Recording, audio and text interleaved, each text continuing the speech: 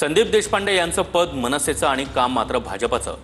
शिवसेना ठाकरे गटाचे शरद कोळी यांनी ही जोरदार टीका केली आहे। भाजपनं देशपांडेंच्या पत्नीला शासकीय पद दिल्याचंही शरद कोळी यांनी म्हटलंय। देशपांडेंना ठाकरेंची सेना आणि मनसेची युती होऊ द्यायची नाही असंही शरद कोळी म्हणालेत।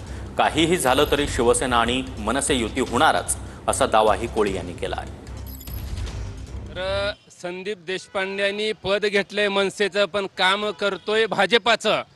संदीप देशपांडे हे भाजपाचं काम करत आहे, परंतु संदीप देशपांडेच्या पोटात दुखायला लागलेलं आहे।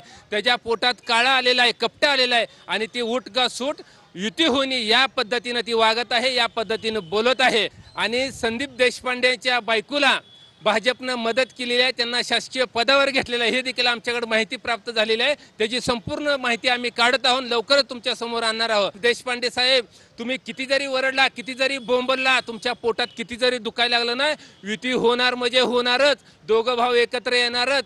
अशी तुमच्यासारखी चिल्लर पार्टी किती जरी वाजली तर काही त्याचा उपयोग होणार नाही।